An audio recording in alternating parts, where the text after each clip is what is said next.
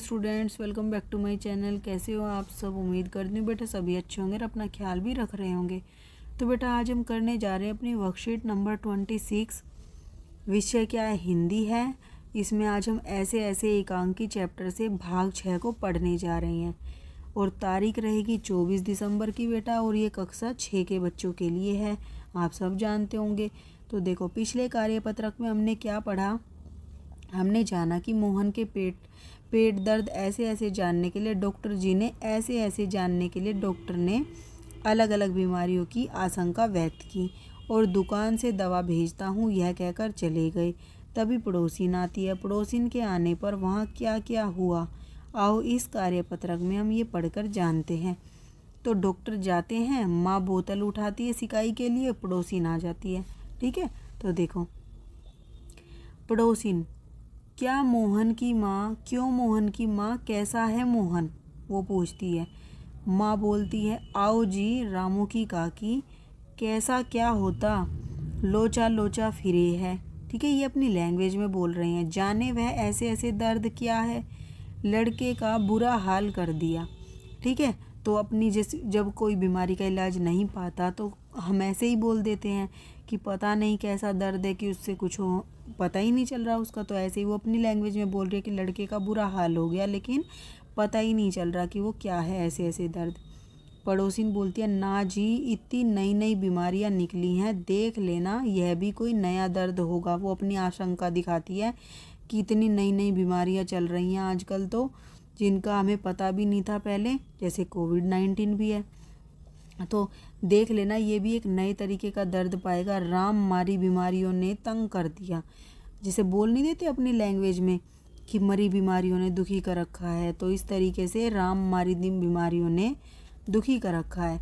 नए नए बुखार निकल आए हैं, नए नए तरीके के बुखार, कोई डेंगू, कोई चिकनगुनिया। मतलब पहले तो सिर्फ एक बुखार के बारे में जानते थे, आजकल इतने तरीके के हो गए। वह बात है कि खाना पीना तो रहा नहीं। फिर यही बोलते हैं कि खाना पीना तो अच्छा रहा नहीं, तो बीमारी होएंगे और क्या होएंगे। फिर माँ बोलती है, डॉक्टर कहता है कि बदहजमी है। आज तो रोटी भी उनके हाथ से खाकर गया था, यानी कि उसके पापा के हाथ से। वहाँ भी कुछ नहीं खाया, मतलब कि दफ्तर में भी कुछ नहीं खाया, ऐसा उल्टा सीधा। आजकल तो बिना खाए बीमारी होती जा रही है। ठीक है, तो बिना खाए ही बीमार हो गया ये तो। बाहर से आवाज़ आती है, मोहन मोहन। फिर मास्टर जी का प्रवेश होता है। तो माँ कहती है, ओह मोहन के मास्टर जी हैं, पुकार कर आ जाइए। ठीक है, यहाँ तक इसमें दिया हुआ इस कार्यपत्रक में। अब हम इसके क्वेश्चन आंसर करते हैं। तो देखो बेटा, फर्स्ट है, ऐसे ऐसे जानने के लिए पड़ोसी ने कौन कौन सी बीमारी की आशंका व्यक्त की। तो कौन कौन सी बीमारी की आशंका व्यक्त की थी बेटा उसने? कि नए नए तरीके की बीमारियां चल गई हैं, नए नए तरीके के बुखार चल गए हैं, ये भी कोई नए तरीके का पेट दर्द पाएगा। देख लेना, कुछ इस तरीके से वो क्या करती है, कहती है उसको। तो आप लिखोगे कैसे बेटा इसको? आप इसको लिखोगे कि, देखो 1 मिनट, यहाँ पर आप लिखोगे, 1 मिनट बेटा,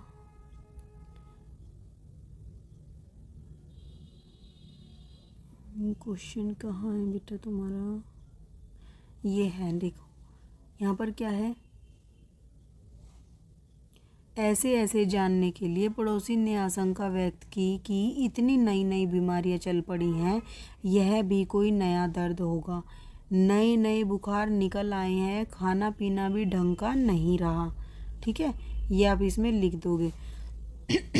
अब नेक्स्ट क्वेश्चन क्या है बेटा? पाठ में आए वाक्य लोचा लोचा फिरे है के बदले ढीला ढाला हो गया है या बहुत कमज़ोर हो गया है लिखा जा सकता है। इसका मीनिंग यही है। लेकिन लेखक ने संवाद में विशेषता लाने के लिए बोलियों का रंग ढंग का उपयोग किया है, यानी कि उसको और भी ज़्यादा इंटरेस्टिंग बनाने के लिए लेखक ने क्या किया है, बोलियों का इस्तेमाल किया है कि वहाँ पर किस तरीके की बोली बोली जाती है। उससे उसके अंदर जो है एक अलग ही लेवल का एक रस आ जाता है, जिसको सुनने में सबको अच्छा लगता है। इस पाठ में इस तरीके की अन्य पंक्तियाँ भी हैं, जैसे कि इतनी नई नई बीमारियाँ निकली हैं, राम मारी बीमारियों ने तंग कर दिया, तेरे पेट में तो बहुत बड़ी दाढ़ी है। ठीक है, तो अनुमान लगाओ कि इन पंक्तियों को दूसरे ढंग में कैसे लिखा जा सकता है। तो देखो बेटा कैसे लिख सकते हैं हम। इतनी नई नई बीमारियां निकली हैं को इतनी अलग अलग तरह की बीमारियां उत्पन्न हो रही हैं, ये लिख सकते हैं। फिर बेटा दूसरा क्या है, राम मारी बीमारियों ने तंग कर दिया, इसकी जगह क्या लिख सकते हैं, हे भगवान बीमारियों ने तंग कर दिया। तीसरा बेटा तेरे पेट में तो बहुत बड़ी दाढ़ी है, इसको क्या लिख सकते हैं, तू देखने में तो भोला भाला है परंतु अंदर से बड़ा सियाना या चालाक है। ठीक है, ऐसे होता है जब हम बोलते तेरे पेट में तो बहुत बड़ी दाढ़ी, का मतलब क्या है कि सामने से तो बिल्कुल सफ़ेद, मतलब को कुछ दिख ही नहीं रही दाढ़ी फेस पर, लेकिन पेट में दाढ़ी का मतलब है कि तुम अंदर से तो बहुत ज़्यादा चालाक या सियाने हो, या समय से पहले ऐसी बड़ी बातें कर देते हो जिसको उम्मीद भी नहीं लगा सकते।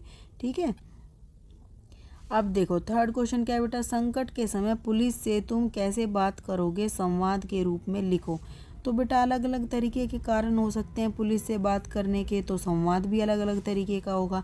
मैंने यहाँ पर आपको एक संवाद बताया जिसमें क्या है, यहाँ पर तुम हो ये, ठीक है, तो तुम्हारी जगह मैंने मैं लिखा है। तो 100 नंबर पर फ़ोन मिलाकर आप बोलते हो हेलो, पुलिस बोलती है फिर हेलो हाँ जी कौन, फिर तुम बोलते हो मैं कह के। ठीक है, पुलिस अंकल जब मैं और मेरी माता बाजार जा रही थी तो रास्ते में एक व्यक्ति ने मेरी मम्मी का पर्स चोरी कर लिया और भाग गया, कृपया आप मेरी मम्मी का पर्स ढूंढने में मदद करेंगे। ठीक है, मदद करेंगे। पुलिस बोलती है हाँ बेटा जी ज़रूर, तुम्हें उसकी शक्ल याद है।